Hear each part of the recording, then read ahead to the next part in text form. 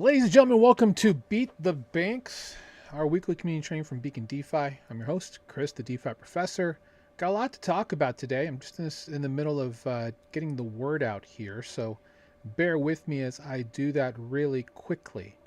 A lot of interesting things have been happening today.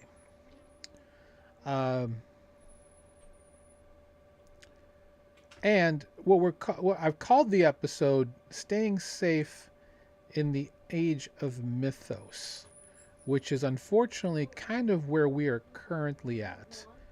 Um, let me let me get this. Let me get the information out here.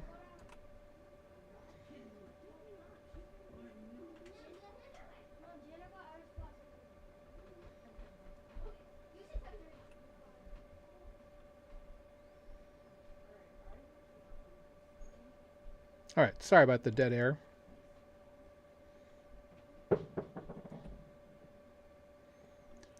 So, what the important part about this is that this is an issue,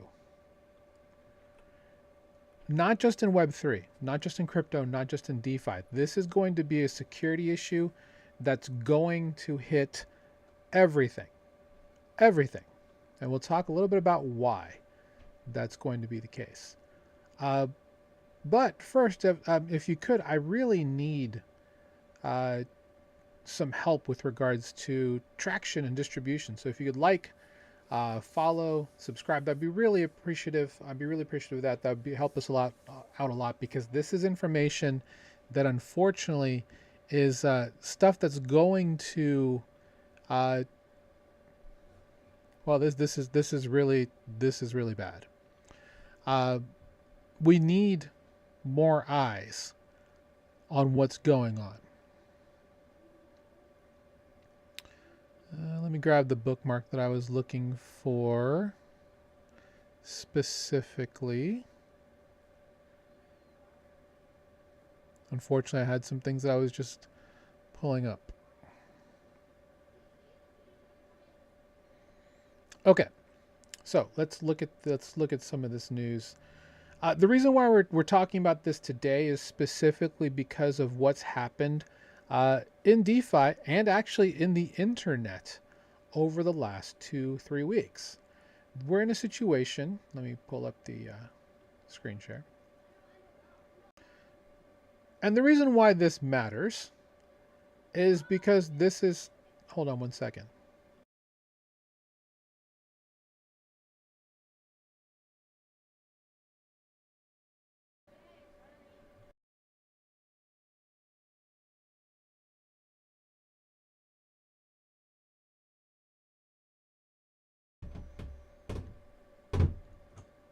Working from home, that kind of stuff. So we have a couple of things that are problems. First, this is from yesterday. cPanel, WHM, for a lot of small and medium businesses, for just a lot of personal websites, or even just regular websites. A lot of them still use cPanel and WHM. There's more than you think. 70 plus million websites. This is a problem since 2003 apparently, where an injection attack can come through and take over a website. So, problem number one. Problem number two, and this is adjacent, right? We're seeing slip-ups, interesting slip-ups. So GitHub has had an issue. Ubuntu Linux had an issue where AI-backed hacking is opening up exploits across all of the internet, not just what we saw in DeFi. By the way, in DeFi, we had in excess of 35 attacks and exploits in the month of April. That is an extremely large amount, an insane amount of exploits here in this space. The biggest ones, of course, coming from Kelp DAO and Drift on Solana.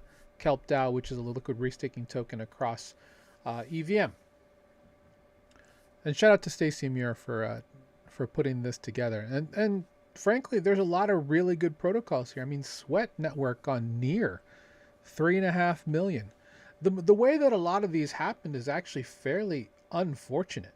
Admin key compromises. In the case of Kelp, we had a terrible off-chain infrastructure attack, which allowed attackers to mint 292 million of Kelp DAO, bridge it using layer zeros, OFT bridges using a very minimal setup. Essentially, the point that I'm making today is we're going to see a big reset with regards to operational security, both at the user level as well as the protocol and project level. Pardon me. I've had the worst cough today because of allergies. It's just that time of the year, you know?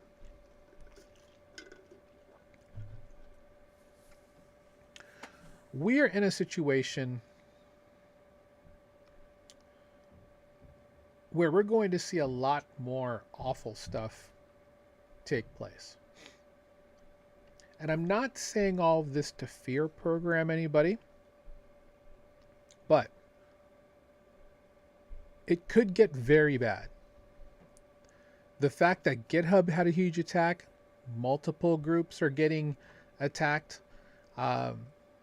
Canonical Ubuntu, which runs a lot of web servers in this world, by the way. Linux kernel having a specific exploit. I mean, so this all kind of comes back to Mythos, right? If I let's see, this is the Stacy Muir. Let me see if I can just do a quick search on Mythos. So Anthropic, and this is from Milk Road. Shout out to Milk Road, by the way. Mythos is I guess you could say, a hacking model that Anthropic created. Pardon me. And they simulate hackers. And unfortunately, a small group of people, no idea how small that group was, got access to Mythos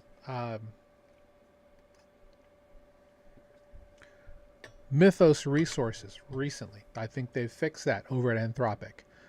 But that meant that some information is leaked out because in the case of April, like I said, 35 plus exploits, multiple vectors. Now we're going to see this across Web 2. You've got to figure out a way to stay safe and have good, what we call operational security, or OPSEC. We'll go over some of those things today, because the best way to beat the banks is to actually have a system that you have a way to actually do that.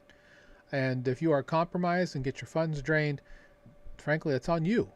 But that should be the case regardless of where you are. Now, Vercel was also breached.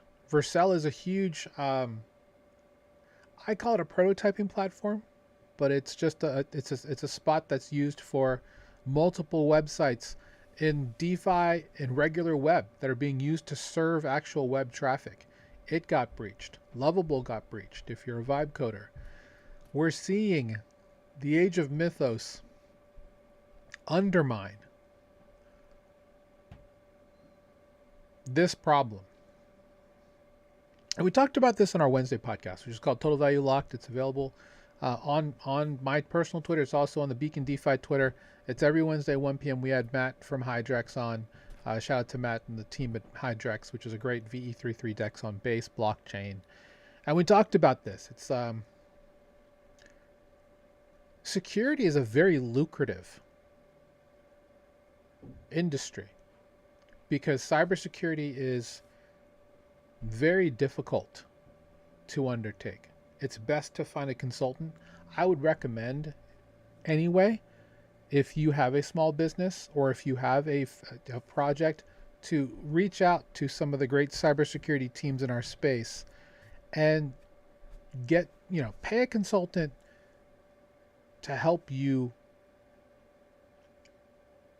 find all of the issues that you have here. And just make sure that your go-to-market strategy, your community strategy, everything is structurally sound from a security standpoint. Because it found problems in places auditors weren't looking. Most auditors just look at smart contract stuff in terms of DeFi. Are they going to expand to things like key management systems? The way that, because in the case of Wasabi, which is a multi-chain liquidity protocol, mostly on Ethereum and Base where it got drained, they had a very, let's call it fragile EOA escalation system for root privileges, which is not great. A key compromise kind of hurt that. We've seen key compromises with regards to validators, right? Node validators went down because of bad key management systems. I mean, hell, remember multi-chain? AnySwap, if you remember those? The reason why they had an issue is because they had a key compromise. In fact, and they couldn't fix it because I guess the CEO who held the keys went got hauled off to a Chinese prison or something like that. That was quite some time ago. But the only real big issue is that half the assets on Phantom Opera were backed by assets that were on the multi-chain bridge. I may be not completely remembering that correctly, but that's the gist. It was bad. A lot of this is just bad. I even recommended that one thing that projects need to do before they go live is literally disclose what their security work frame, their their security framework is for their protocol. Because when you look at things like, let's say I create an LLC tomorrow, or I'm creating a company. I have to go and put out, I think you still have to do this, you still have to go and put out an advertisement in some newspaper somewhere that you are opening, a thing. Now, it's trivial, right? But at the same time, it's like if you open that up publicly, you can have the public, or at least the greater community of people who are concerned for user funds, poking holes into decisions that you made. I don't know why VCs don't do this, because frankly, VCs have lost a ton of money in this space, right? To really bad things, like, and I'm not going to name projects because there are plenty of projects that were VC backed that just had key exploits, just bad security decisions that have caused a lot of angels and a lot of VCs and just a lot of people to lose money in projects. Good, bad, or indifferent, there's going to be a reset with regards to how protocols do their security, how it's disclosed. We specifically have a security rubric that we call ABLE. That's our security rubric. Audited, bug bounty, lendiness, experience. And those are 4 factors that you look at when you're looking at specific teams. Now, what we don't have there is something like infrastructure, security infrastructure. I'll be honest, that's kind of outside the scope of the majority of users in this space. Normally when we look at, let's just say, auditors, we are placing trust in a security company like Certic, like Halborn, like Trail of Bits, to make sure that when we are looking at putting funds into a protocol, or a protocol is going to go live, that they don't have really questionable security practices with regards to exploits. And in the event that they do that, why is Mythos finding all of this now? Well, with regards to that, we're just going to see things get crazier, in my personal opinion. Let me see if I can find that tweet. Did I just remove that tweet? I might have. I apologize. Well, it was with the Apple thing, right? So Apple's support app had to get a flash upgrade, a hot fix, because the version that went out today included a Claude.markdown file as well as some other files that would have provided some really bad looks into how the support app was created. And we're not talking about a credential leak or anything, but just more two things. A, Apple's using Claude to tool, which is kind of crazy because they have supposedly been creating their own tooling for years. But they did partner with Gemini for the most, and we'll learn more at WWDC, which happens in a month. It's normally in June, about how this is all moving. But it kind of showed their hand that they're using Claude, and also you should not be building with credentials like that being leaked out into releases. That's terrible OPSEC from Apple. So for a company that takes privacy and security very seriously, and is the reason why I recommend Apple to most people, because at the bare minimum, you will be more safe on their platforms than many others. And I say that, that's a very generalized blanket statement. You should have good OPSEC regardless. So we'll talk a little bit about that today as to what that exactly means. But overall, what we're looking to do here is we want to make sure that your personal safety and that your overall operational security is safe. Okay? And there are a couple ways to do that, and especially in a world where a lot of the things that have happened for exploits are outside of your control.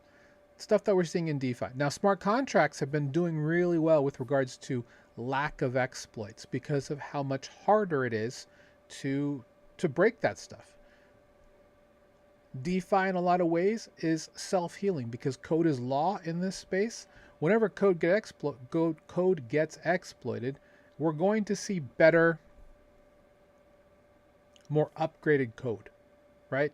So it gets harder and harder. The system gets more battle hardened and harder to exploit moving forward. That's what we want to see. Granted, we see that at the institutional level, but they have dozens of employees in specific divisions tied to data security. While we don't have that here necessarily, having code as law is a bullish factor in making sure that code stays safe, auditable, open source, and exploit free for the most part moving forward. The Vercel was the Vercel the Vercel breach happened because an engineer had been dealing with a compromised tool that he was using.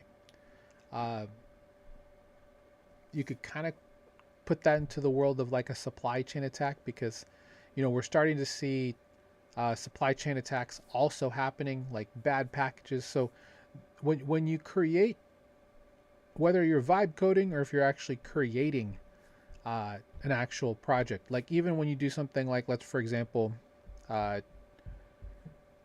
create app, just as an example, for let's just say you're using npm or something like that, or yarn or one of the other package managers.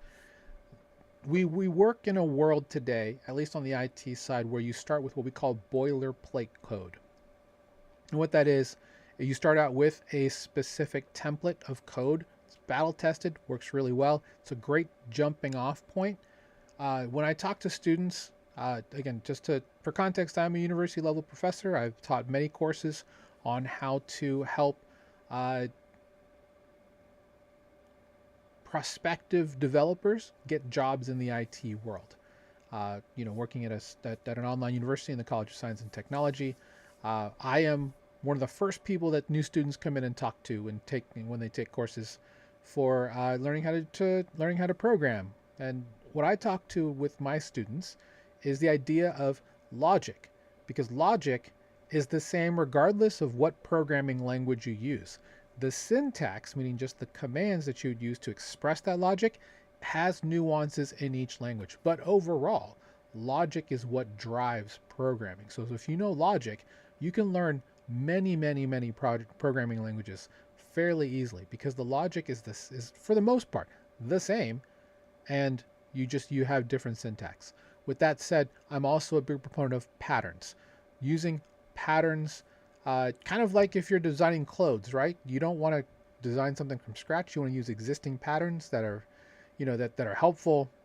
Patterns are meant to be helpful. They're meant to help you develop things quicker. So always be in a situation where you're efficient in your work and you're using existing patterns that have been battle tested, because the one thing that really kills a lot of projects is when there isn't proper testing around custom code, is what we'll call it. So yeah, it's great. Yeah, if you can code all this, that's amazing. You're brilliant. But then all it takes is one person not understanding that, who maintains your code or stumbles upon your code and does something really stupid that allows a terrible exploit to come in. And that's something to keep in mind. So let's talk a little bit more about operational security with all of this in mind. Okay? All of these exploits that have happened. What I will say is, if we look at DeFi United, they're up to 317. This is for helping with the bad debt on Aave from the KelpDAO exploit. Roughly about 292 million, around there, was the amount. They have effectively covered the amount. Now, there's still some pending votes down here, if you look in the lower right, that have to be created or either passed in order to get this money up and in there to cover. But overall, we can effectively say that the whole is for the most part covered, assuming that these votes pass, which frankly they probably will.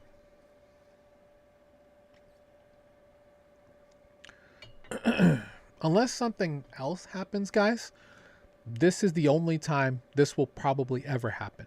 Sure, people may want to contribute to certain other exploits, but a coordinated effort to save a protocol, in this case Aave, we're never going to see one at this size, in my personal opinion, ever again. The reason why this is even a thing is because Aave is, frankly, the anchor to most of DeFi. If Aave goes down, the rest of the industry probably does too, because the majority of protocols have strategies that but are tied to Aave in some way. If Aave were to have to shut down due to bad debt, that kills a lot of things that are critical in this space.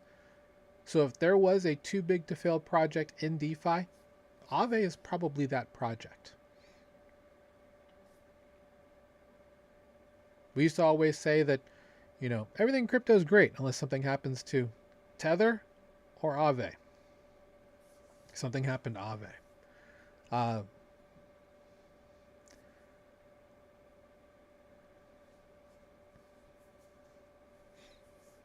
Yeah, this is a very big awakening moment, I think, for most of DeFi. I've seen a lot of people leave, and I'm sorry if you feel that way. I'm not going anywhere. I know that DeFi is going to arise from this. We're going to iterate. The system is, for the most part, self-healing. We're going to reiterate. Things will reset from a security standpoint, because the majority of what happened here is things that are affected with less security off-chain, and we'll come back better because of this. So that is my hope, that is my belief, and I am excited to see where DeFi goes from here.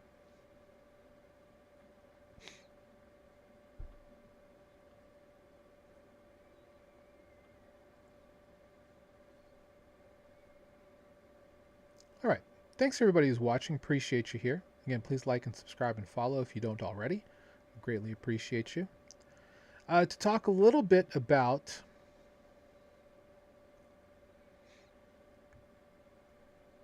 the whole thing with the OPSEC thing. Again, I showed you the issue that's going on here with cPanel and WHM. Whole exchanges are going to Anthropic to stress test their entire infrastructure. We're going to see more of this, guys. This is a good sign. We want to see groups coming forward to help narrow the gap to try and compromise as many attack vectors on their systems as possible. I think from a standpoint of e-commerce, I think that is safe for now. But the supply chain and the operator groups around it are not. It's going to be up to them to have good operational security to make sure their systems, which control your funds, or at least avenues for your funds to move through the system, to be safe. I would hate for you to lose money because you sent money through a bad spot, like in a Shopify contract or something like that. That your system gets compromised and then suddenly all of your wallets and things get drained. Overall, we're going to start with very basic pieces of operational security for the next 10 minutes. And I just want you to just kind of make sure this weekend that you have the majority of these things covered. The first thing is, and let me pull up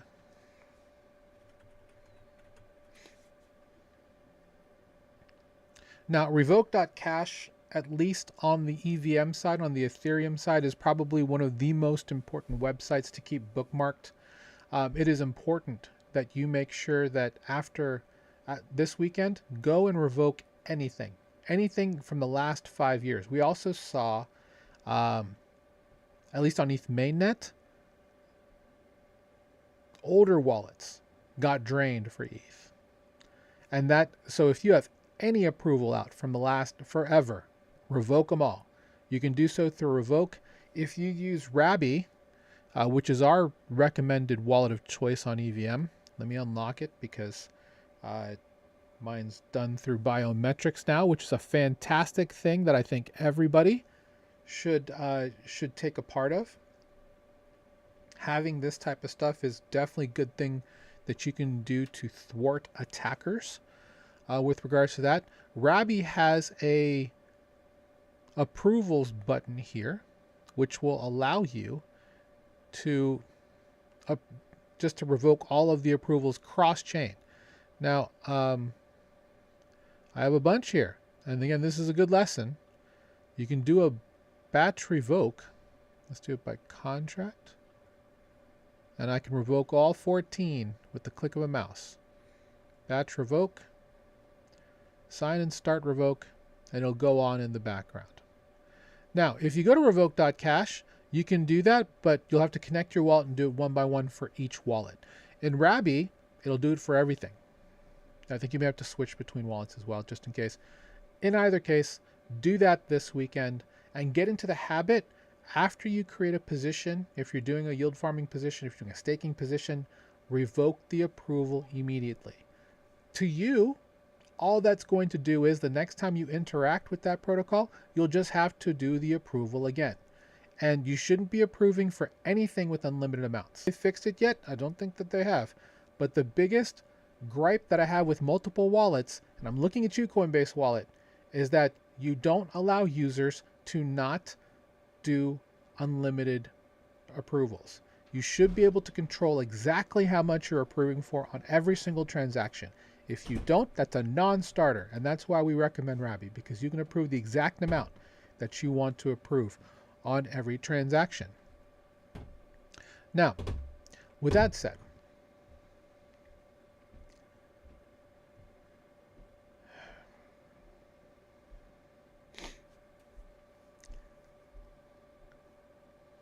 you want to compartmentalize or isolate as much of your activity on chain as possible.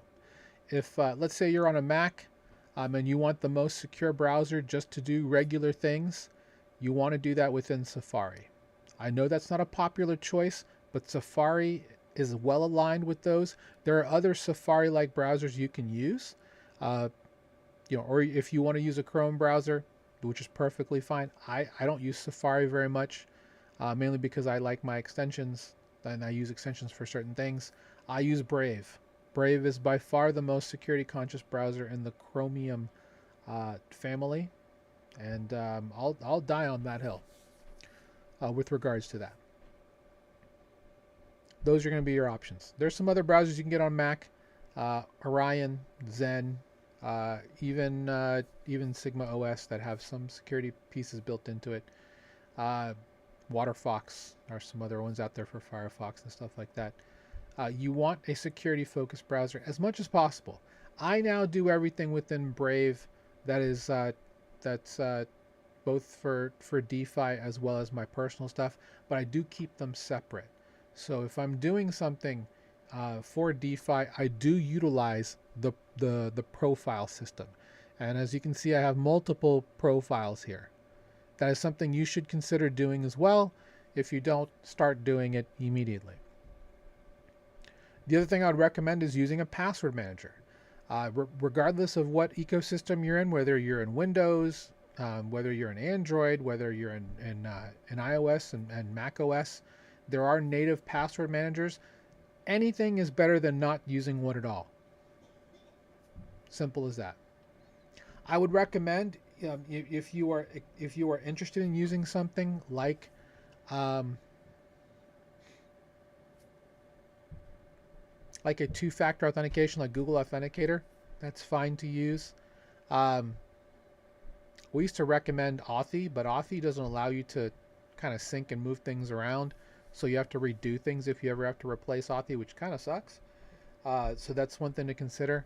I would also recommend looking at what are called passkeys or passwordless programs. I use 1Password. There are other ones that are out there. Bitwarden CLI, by the way, got exploited by the same type of thing that we've been looking at here with a Mythos type of attack. So there are a small group of people that have all of this out here. So my point is we're going to see some pain in some form across multiple industries moving forward for the next until all this gets patched and blows over. What I'm trying to say to you is this is a good time to reassess your OPSEC and figure out what you need to change. If this means you need to go and change all of your wallets, get a new wallet, get a new seed phrase for some of your hot wallets and stuff like that, you can certainly do that. One thing that's great about Rabby is that actually you can connect all of your private keys there as well. So we're in a stage now with multiple protocols where you will get what's called a private key wallet, meaning you can create a wallet that can work in Web3 in DeFi without needing a seed phrase. It's tied to like a social login, stuff like that. That's why having a good password manager is, in my opinion, now mandatory. Only focusing on needing 1Password, making that super strong, and having all your other protocols also having strong passwords is going to be key. I used a protocol. What did I use? And I wanted to call them out, but I can't remember right now. They only allow an 8 to 10 character password, and one of them has to be a symbol. And I'm just like, what in the world are we doing here? Where I can't set a password that's not at the very least. For me, all of my passwords are 55 characters, if I can help it. It sucks for having to go, cross device sometimes, but it is what it is. Security is meant to be a pain in the butt. It's meant to be a nag. It's meant to be difficult to crack, because most attackers, they're not actually doing it manually. They're using scripts, things that are meant to just scan and find things that are easily penetrable. So that's why having multiple barriers in the way to stop them, to thwart them from getting to you quickly, is the key. So rotating your secrets, which is what most of these people are going to have to do anyway for the cPanel stuff, for some of their stuff that's out there. If you're a developer, make sure you don't have any credentials just hanging out there on repos. We may be coming back into a world where self-hosting is a new thing again. And we've talked about that with self-custody. Self-hosting is going to need to be a revolution to move things forward to where self-custody is going to be a practice that is well respected in this space.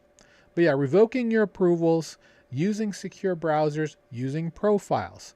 These are all things that are going to be necessary. If you buy a hardware wallet,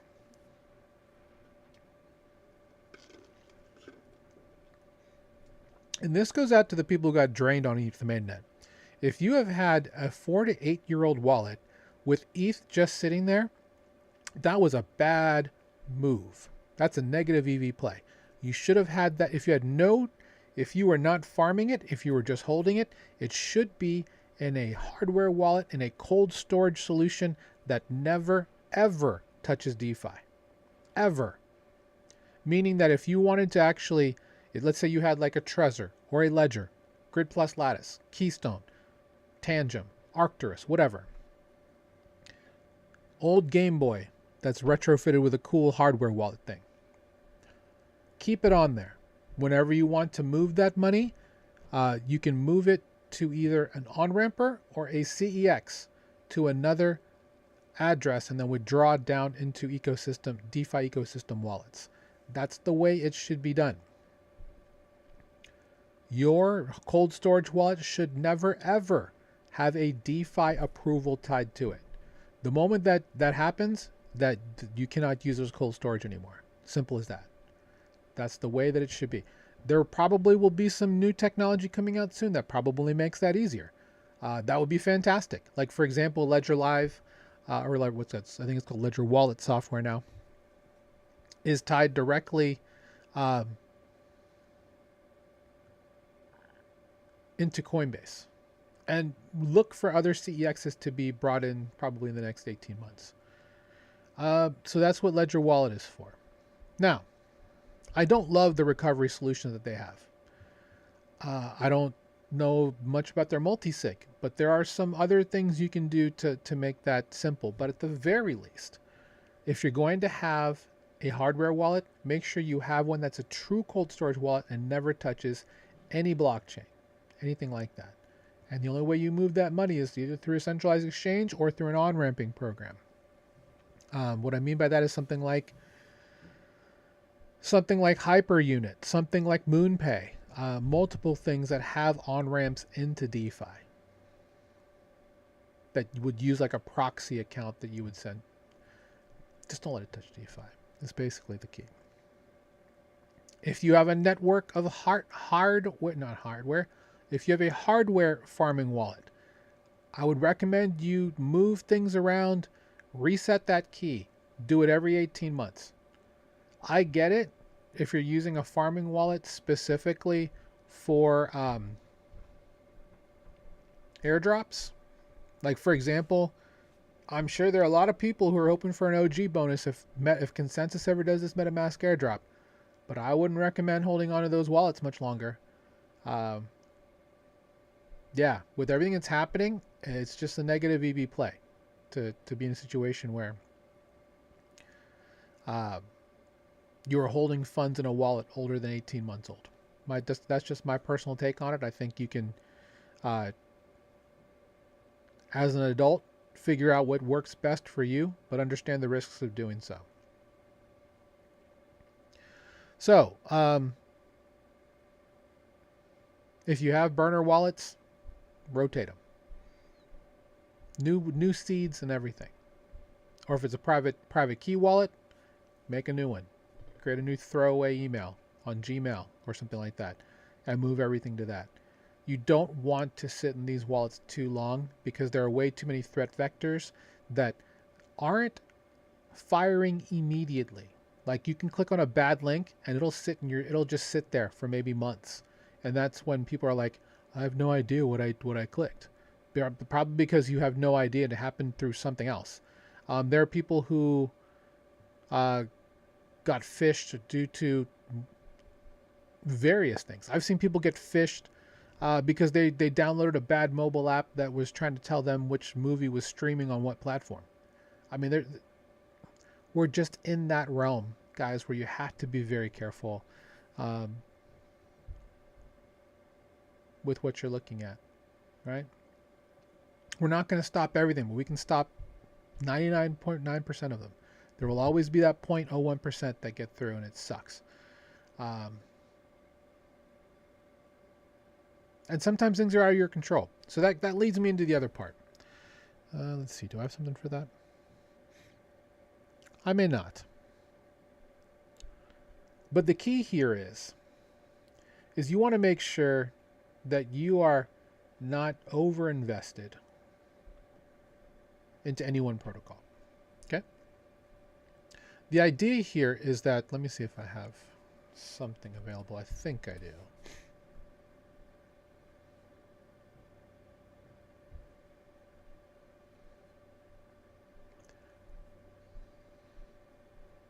Let me see if I have.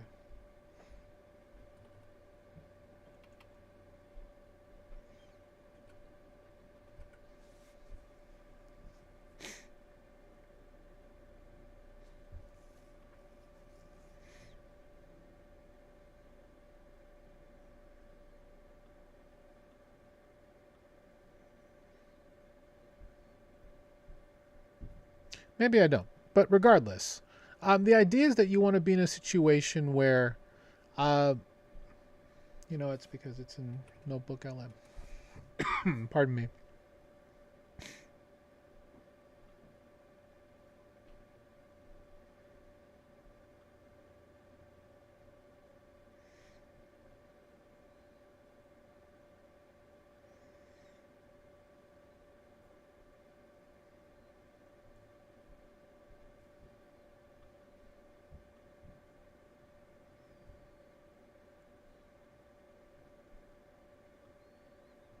I'm going to pull up the slide deck from what I did back in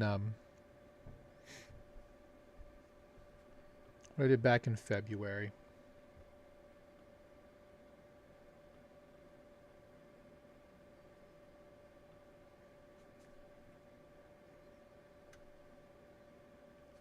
And again, it's about having an allocation, right? 40-40-20, or if you do the DeFi barbell, which is 50-50, high conviction, higher risk. You just want to be in a situation where you are not over investing, meaning if you're in a protocol, no more than 10 to 15%. If you take more risk, understand that risk. So when something happens, like for example, into space, huge project that a lot of KOLs and influencers were shilling for, I think like $200 to $300. They got paid for it, and they rugged 15 million from their community, something like that. It was a ridiculous number, and it left a lot of influencers looking really bad. I didn't touch that project because I don't know. I'm. It's great to be early on a lot of projects, but there's so many that go bad that it's like I'm happy to just wait to see who lasts longer, who has real utility, real product market fit, and are willing to actually show all of that. Now, just having a balanced portfolio, what we call an all-weather portfolio, is just so key onto making sure that your system is safe.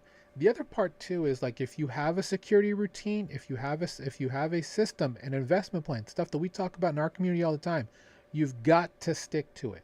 I cannot help you if you have a plan and you choose not to follow it. That's not on me, right? None of this is financial advice, obviously. We're here to help you with tools that you can do to make sure that you make the right decisions so that you are a smart investor and not a gambler, right? You want to have a disciplined strategy. Yes, it's great to sit here on pump.fun and pump things back and forth and compound and just feel that dopamine hit. Those are short-lived, guys. You want the disciplined strategy to have the longevity in this space because bull markets can make you rich, bear markets make you wealthy. Remember that, guys.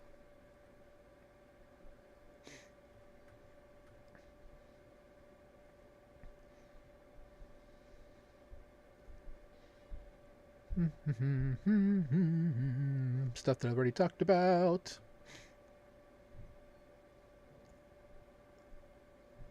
That's silly.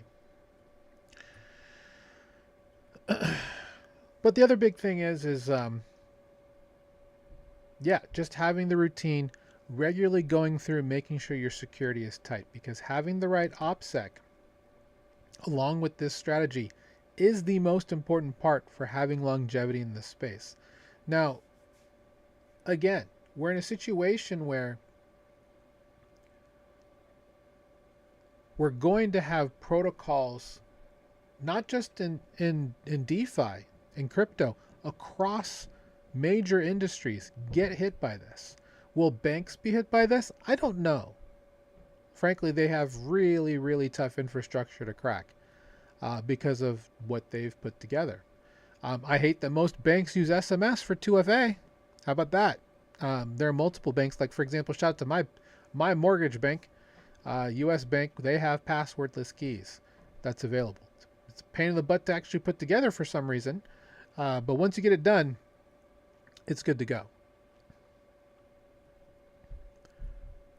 But we're in a situation where there's going to be a lot of pain due to some security exploits, whether it's just how people are operating, um, just a variety of different things. So you need to be safe out there. Follow good password management, good key management, good risk management with your wallets, and make sure that you don't rush to things, right? That's one thing we talk about as well. FOMO can be a huge drug and a huge problem. Yes, it's great to get there fast and do things quickly, but do your due diligence before you pull the trigger. Make sure that you haven't been in a situation where you went into something too quickly. With that said,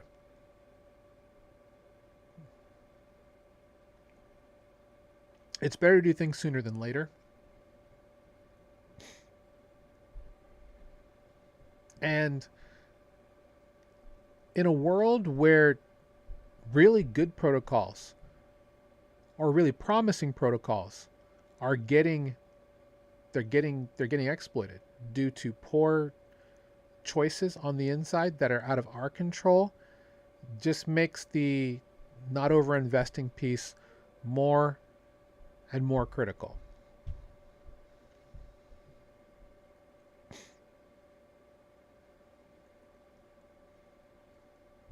You can also be in a situation where you have a specific device for signing.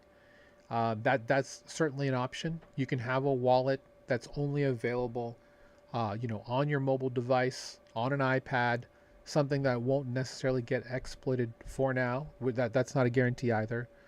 Uh, but using things like browser profiles, like I mentioned, where the only extension that you're using is the extension of the actual protocol you're integrating with, or even just using. One thing too, so there are groups like privacy.com, or groups that create digital debit cards or virtual debit cards that can only be used for one or two things. That's one thing too. If you happen to have a service like that, or you own a business and that's available to you, try and spread out risk on different services, different subscriptions and stuff on specific cards, and set a limit to them so that it's only towards a specific amount.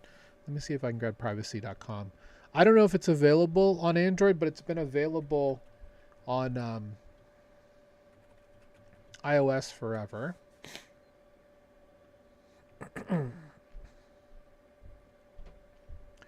I don't love the marketing for that. It said, what does it say here? You can see it. Finally, online shopping without fear. I mean, I wouldn't go that far, buddy. It's a little crazy, but you use the app.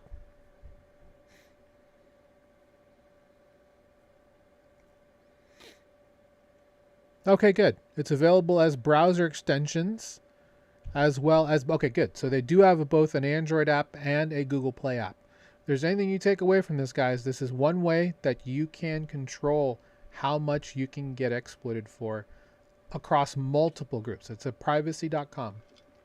Good for them for spending the money to get this domain. I've been using these guys forever, in excess of 10 years. And I would recommend it to anybody because it gives you the ability to have virtual cards. Oh, they have AI agents now. That's interesting.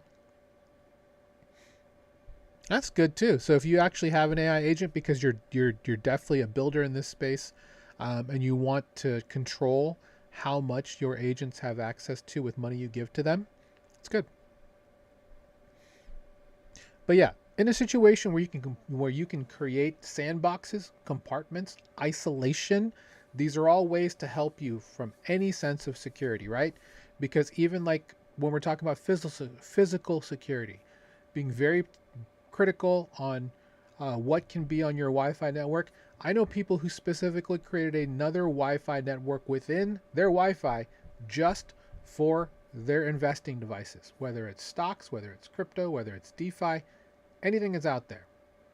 They have specific devices and network segments just for that stuff. I remember I was sitting talking to one of our members who was using Brave, and they actually have every single action toggled, meaning, hey, this is wanting to do this. Are you allowing it to go through? And you have to click yes or no, which I'm just like, wow, that's actually very interesting. But that's how tightly they control everything. The more control you have over your environment, the more secure you can keep it, right? So that's something that I would definitely recommend you consider, is the ability to segment your security, the ability to have control over how your money is spent. Because again, this is why it's self-custody, right? Your keys, your crypto. So, and that's the same across no matter what industry you're at. If you can control how your money is being spent, that's what matters. Interestingly enough, this SOC 2, the Vercel thing happened in a SOC 2 environment, which is not great, right? So all of these amazing compliant frameworks that are around can still be bypassed if you have bad or poor operational security decisions. Okay.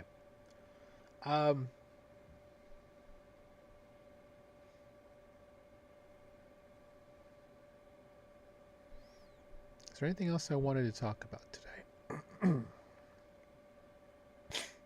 I know it seems like I can be a broken record, guys, with this stuff, but it's so important to make sure that we don't get into a situation where everyday things that we do can be compromised.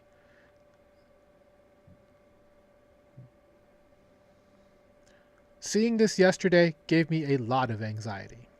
Not because of the number, but because of the ripple effects that security exploits can have across multiple industries. It forces the hand in some ways for multiple groups to have to make a decision. And in some cases, those decisions can be good. In some cases, those decisions can be scary AF. Again, if you like what you saw today, please like, follow, subscribe. We do this every Friday, 3 p.m. Eastern. Try to, at least. There's some days where we've taken some days off, but we've been doing this since January of 2022. Security at our group at Beacon DeFi, and you can check it. I should have just brought this up. I didn't do that. School.com/beacon. It's our free group. Feel free to join. We have a ton of free content on there. Feel free to join us. If you want to learn more, you enjoyed what you watched today, want to get more value, we have plenty of resources for you, both free and also paid. We thank you. I thank all of our great community members who support us, Beacon Mastermind founding members, current Mastermind members, also our Beacon Challengers and Beacon Spotlight subscribers. Appreciate you making all of this possible. Shout out to everybody who's at BTC Vegas. I know that everybody's on their way home. Or at least just continuing the vibes from the networking. Hopefully it's been a good week. I apologize I couldn't be there this week. Had some things personally on my end that I've been taking care of. And anyone who's traveling to Miami for Consensus next week, hopefully you guys get to have some great social time together. Make good connections, that type of thing. Feel free to let me know of any good networking that's around there that I'm going to be missing because I can't make it to Miami either. Again, we do this every Friday, 3 p.m. Eastern.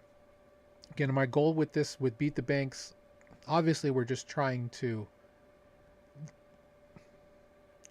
show people how they can be their own bank. So beat the banks. I'm not saying death to all banks. Banks are evil. I've kind of said stuff like that, but at the same time, and I heard this last week, banking will always exist. Banks will not. And that's true. You have the tools and the resources in today's age to be your own bank and get better results safely and securely than you will ever find at your bank, savings and loan, or credit union today. With the passing of the Clarity Act, if it ever passes this year, that may change. You might be able to get up 1%, right? But if you can go and do it yourself and get the 6% that the banks are trying to make off of you every single day in interest through the mountains and mountains of cash that they have sitting earning interest every second of every day, you too can do the same thing here in the world of decentralized finance through the world of self-custody, true freedom, written into the DNA of every American per current SEC chair Paul Atkins. Part of the whole idea of life, liberty, and the pursuit of happiness. With that said, thanks for being here today. We'll see you next week for another Beat the Banks. Stay safe out there. Don't take leverage right now. Not a good time. While it's great, it looks like there's a decent setup. Just be very careful. Have good operational security. Hopefully you take what I said today to heart, because the best way to make money in crypto, people ask me all the time, Chris, what's the best way to make money? I'm like, it's simple. You don't lose it. And there are multiple ways out there that are getting bad actors easy access for you to lose it. So have great operational security, and hopefully you'll be able to sleep very well at night. Take care. We'll see you later. 07. Beacons up. Banks down. Keep beating those banks, guys. Have a great weekend.